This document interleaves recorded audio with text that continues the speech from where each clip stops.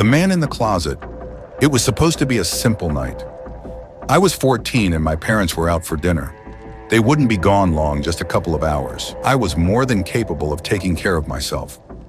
At least, that's what I thought. I settled into the couch, wrapped in a blanket with my phone in hand. The house felt too quiet, but I had the TV on for background noise.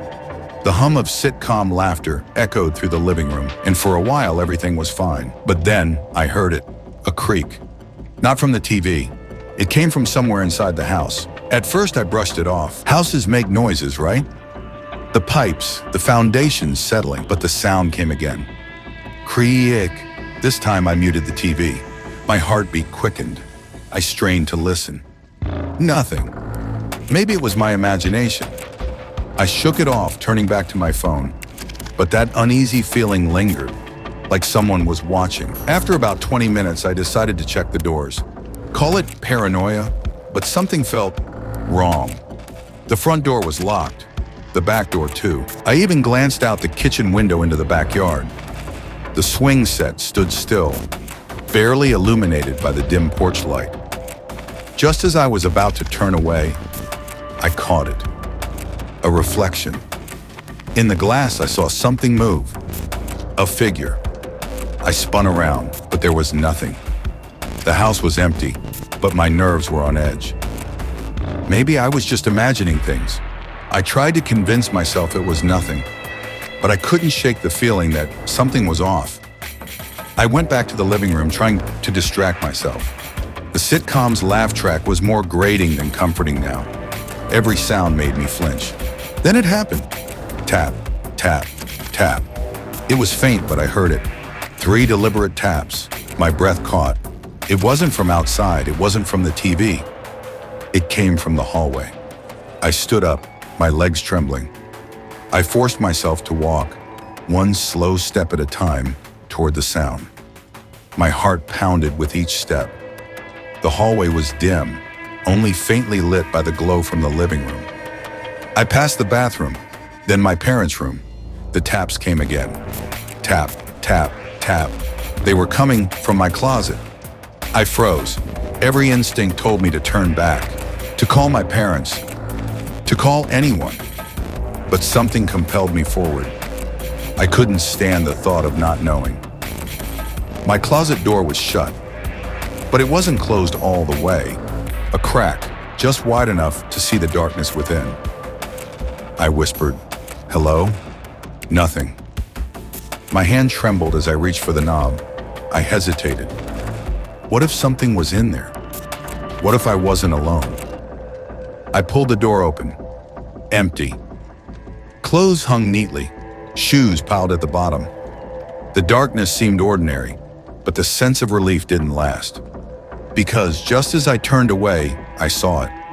Near the back of the closet, something wasn't right. The wall, it wasn't flush. A small opening, barely noticeable, but definitely there. A gap leading into the darkness beyond. A crawl space. I slammed the closet door and stumbled back. My hands were shaking. My mind raced. I grabbed my phone and texted my dad. "I think someone's in the house." Seconds passed. Then his response came through. "Get out, now." That was all I needed. I didn't stop to think. I bolted down the hall, threw open the front door, and ran.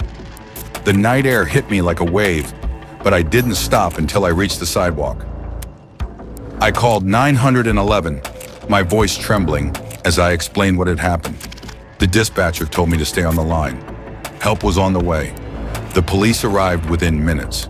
They checked the house, room by room, every door, every window. When they reached my room, I stood outside, heart still pounding.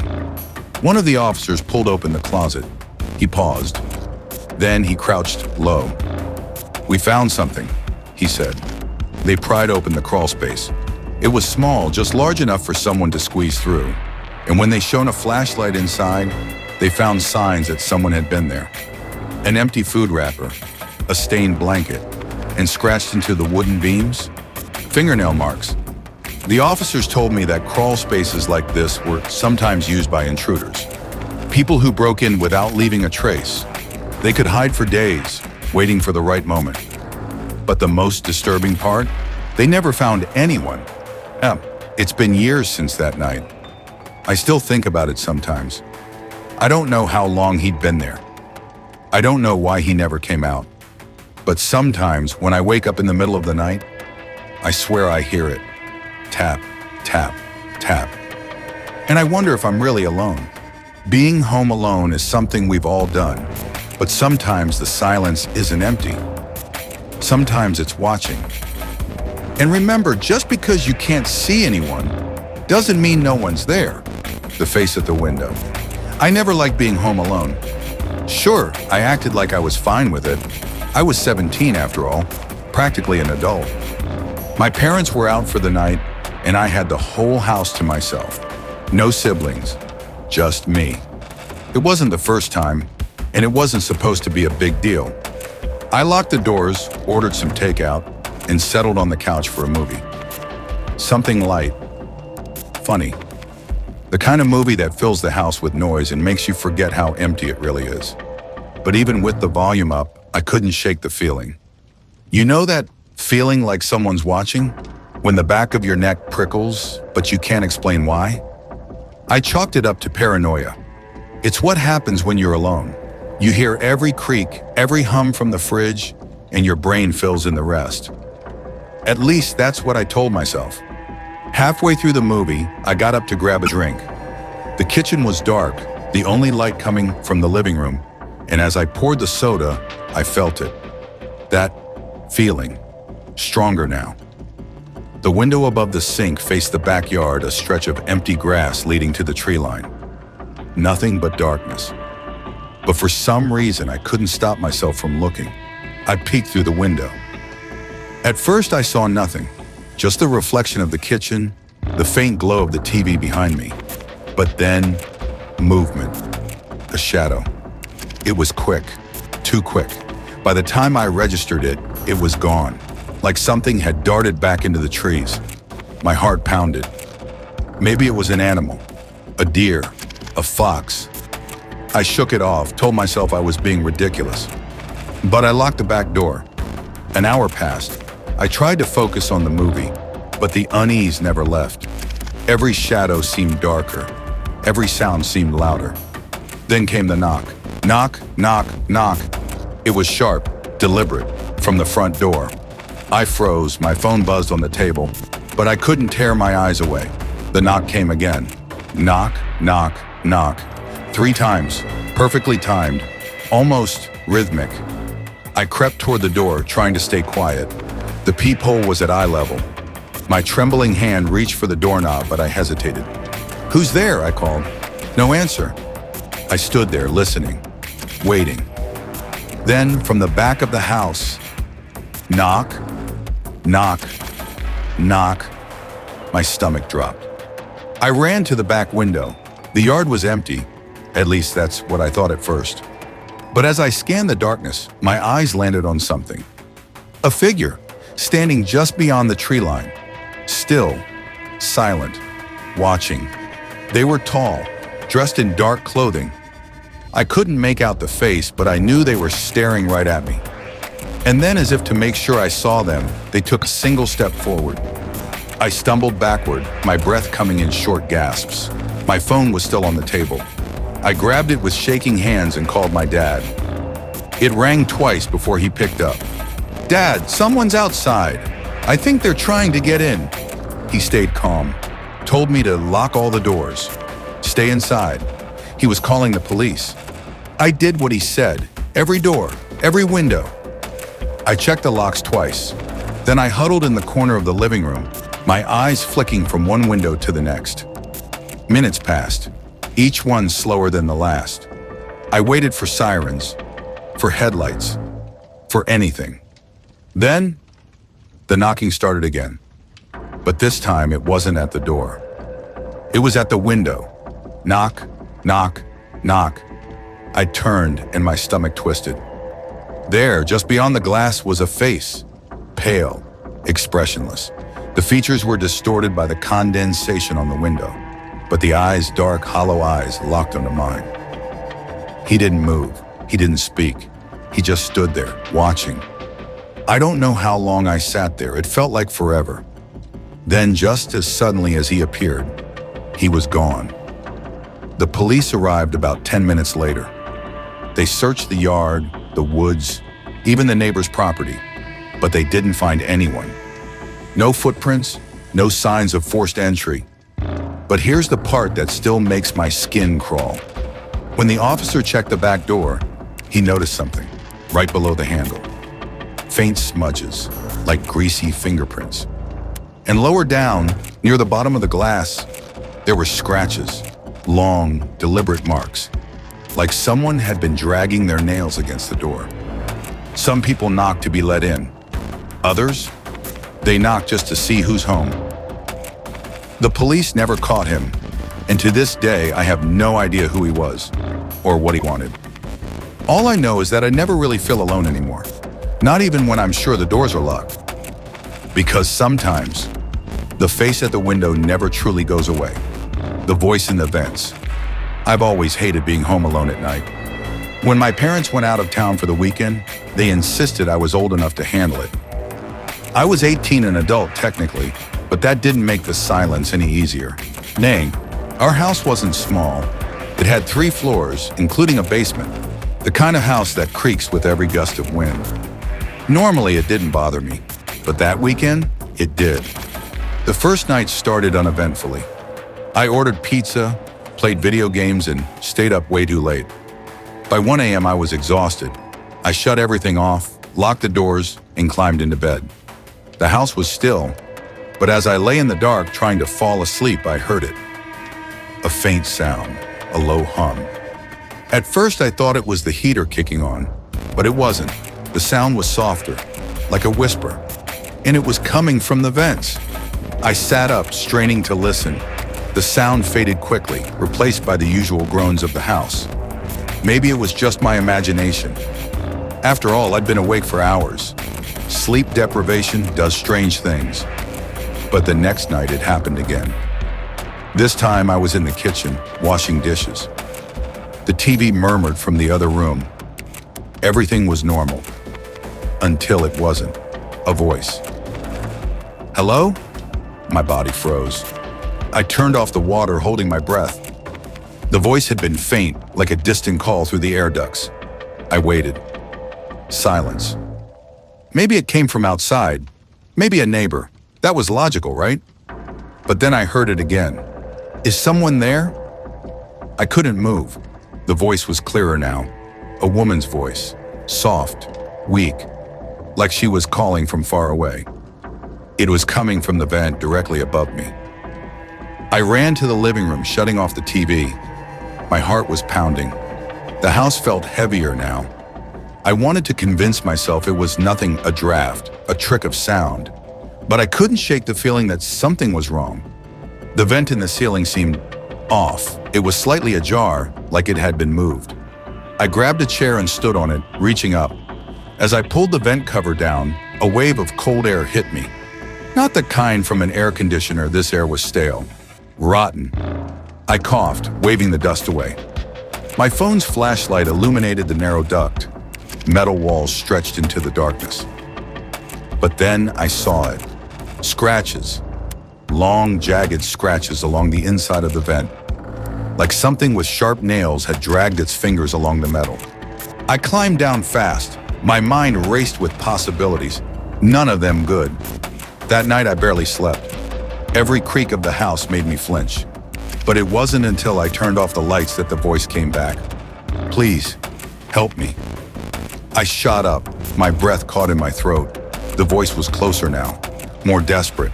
It echoed through the vents like it was moving. And then, I heard something else.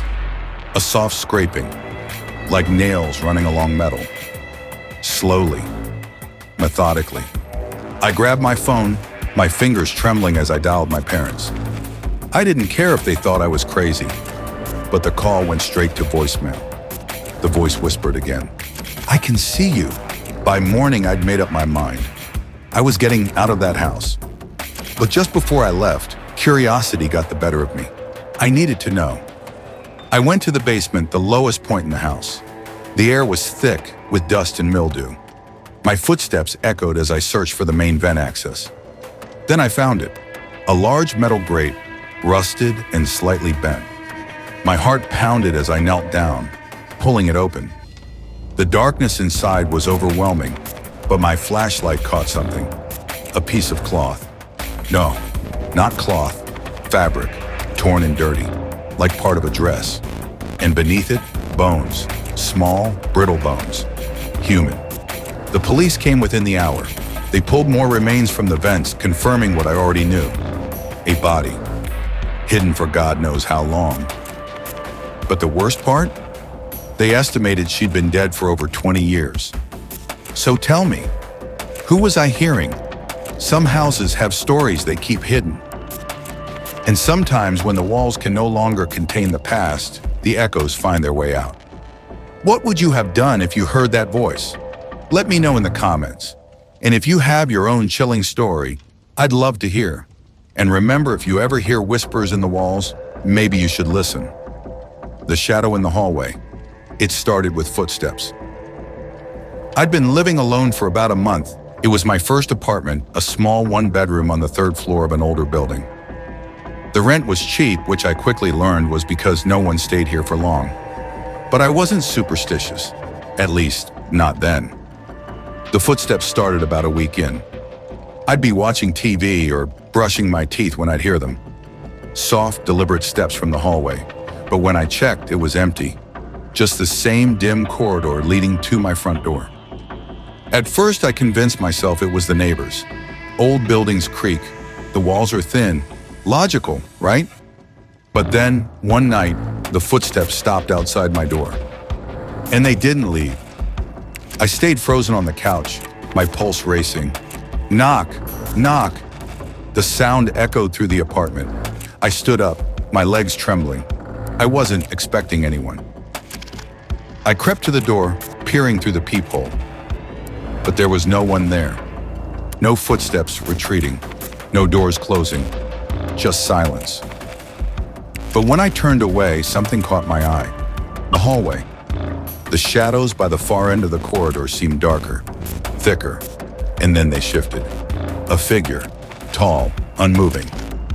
It was standing just at the edge of the light. No face, just a shadow. And it was watching me. I slammed the door, locking both the deadbolt and the chain. My hands shook as I backed away. My phone was on the table. I dialed my friend, Sarah. "Someone's outside my apartment," I whispered. She was concerned, but practical. Maybe I was just seeing things. Stress, anxiety. She offered to stay on the phone with me until I calmed down.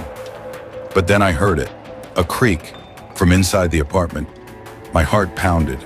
I turned slowly, scanning the darkened room. The windows were locked. The door hadn't moved. But I wasn't alone. The shadows in the corner shifted. The faint glow from the streetlights barely illuminated the figure. Taller than before, closer. It didn't move like a person. It seemed to slide like the darkness itself was alive. I stumbled backward, my voice caught in my throat. The figure stopped. Then from the shadows, a whisper. "You let me in." I don't remember much after that. I woke up hours later, curled on the floor. The apartment was silent. The shadows were gone. But the air felt different, heavier, like something had been here.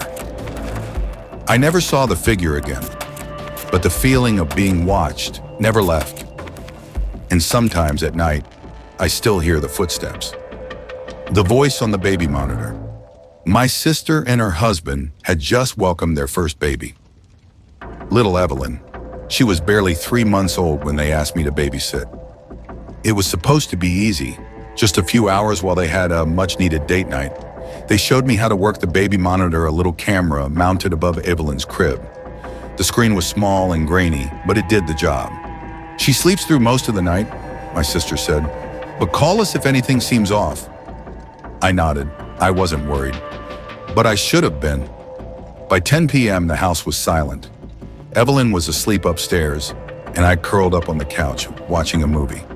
The baby monitor rested on the coffee table, its dim glow the only light in the room. And then it happened. Through the static-filled audio, I heard a voice. "Hello, baby." My heart stopped. I grabbed the monitor, my hands shaking. Evelyn was still in her crib, peaceful, alone. But the voice came again. "Don't cry, I'm here." I ran. The nursery was empty. The mobile above her crib turned slowly, casting shadows on the wall. Evelyn stirred but didn't wake. I checked the window. Locked. The closet. Empty. I tried to convince myself it was interference. Baby monitors pick up strange frequencies sometimes, right? Maybe a neighbor's device. But as I turned to leave, the voice whispered one last time. "I like watching her sleep." When my sister came home, I didn't mention the voice. I didn't want to scare her. But the next morning, she called me in a panic. Someone had moved Evelyn's crib. Just a few inches, barely noticeable. But it was enough. And on the baby monitor's memory, a single frame, a pale face, staring directly into the camera. The roommate that wasn't. Moving out on your own is supposed to be exciting, a fresh start, freedom. That's what I thought when I moved into my first apartment. It wasn't fancy, just a two-bedroom in an older building, the kind with thin walls and creaky floors. But it was mine. Well, mine and my roommate's. Her name was Emily. She seemed nice enough when I met her through an online roommate listing. Early 20s, quiet. She said she worked nights, which worked for me since I was in college and usually gone during the day. For the first few weeks, everything was normal. We didn't talk much, but I saw her stuff around shoes by the door, dishes in the sink, a jacket on the back of a chair. Proof that she existed. But the weirdness started after about a month. And I realized that Emily wasn't the only one in the apartment. It began small. Some nights I'd hear footsteps in the hallway while I was in bed. Slow, deliberate steps. But when I peeked out, no one was there. Other times I'd hear the bathroom door creak shut, the faint sound of water running. I figured Emily had come home without me noticing. But the next morning, her bedroom door would be wide open, her bed untouched. And the worst part, her toothbrush, the one that always sat next to mine, would be bone dry. I tried not to think about it. Maybe I was overreacting. Stress from school, lack of sleep. But then I started noticing other things. The smell of cigarettes lingering in the living room. Emily didn't smoke, neither did. And the food, groceries I didn't remember buying. Boxes of cereal, frozen meals, things I would have sworn weren't there the day before. Once I came home to find the TV on, some static-filled horror movie playing. But when I checked Emily's room, it was empty. The apartment was silent. Still, I convinced myself it was harmless, until I heard the voice. It was late past midnight. I had been asleep for a while when I woke up suddenly. The air felt cold, stale, and then I heard it, a low whisper. It was faint, like someone speaking from the other side of the room. The words were impossible to make out, but the tone was unmistakable. Someone was in my apartment. I held my breath, straining to listen. The whispers grew louder, closer. They came from the hallway. But when I finally mustered the courage to check, the apartment was empty. Emily's door was closed. The lights were off. Nothing was out of place. I told myself it was a dream, but deep down I knew better. The next morning, I knocked on Emily's door. No answer. "Hey, are you home?" I called. Still nothing. I turned the knob, but the door was locked. It was strange, she usually left it cracked open. But I figured she had just wanted some privacy. That night I texted her, "Hey, haven't seen you in a couple of days. Everything okay?" No reply. By the third day, I started to worry. I knocked again, harder this time. "Emily, are you in there?" Silence. Finally, I called the building manager. He wasn't thrilled about unlocking the door, but after I explained the situation, he agreed. The lock clicked, the door swung open, and my stomach dropped. The room was completely empty. No bed, no clothes, No photos, just bare walls and a dusty floor, like no one had ever lived there. That's impossible, I stammered. She lived here. I saw her stuff. The manager frowned. Are you sure? This room's been vacant for months. The last tenant moved out half a year ago. The place was supposed to stay empty until next month. I shook my head. No, that wasn't right. I saw Emily. I talked to her. But then I remembered. The shoes by the door, the jacket on the chair, the dishes in the sink. Had I ever actually seen her move them? Or were they just there, like they were placed, arranged, for me? I didn't sleep that night. I couldn't. Every shadow seemed darker, every creak louder. The air felt wrong. And then around 3 a.m. I heard it, a door creaking open. But this time it wasn't from the hallway. It was from Emily's empty room. My breath caught. I didn't dare move. My blankets felt suffocating, but I didn't dare pull them away. The soft shuffle of footsteps echoed down the hall. And then, just beyond my bedroom door, a whisper. I never left. I moved out the next day. I never went back. I didn't care about losing my deposit. I didn't care about the unfinished lease. I just packed a bag and left. When I tried to look up the building's history, I didn't find much. But I did find one thing. A small article from years ago. A young woman named Emily Harrington. She lived in that same apartment, but after months of strange behavior and reports from neighbors, she disappeared. They never found her. But some say that when the lights go out in that building, people still hear whispers. Because some roommates, they never really leave. What would you have done if you discovered your roommate never existed? Have you ever experienced something like this? Let me know in the comments. And if you enjoyed this story, don't forget to like, subscribe, and hit the bell for more terrifying tales. And remember, just because you think you know who you're living with, doesn't mean you do.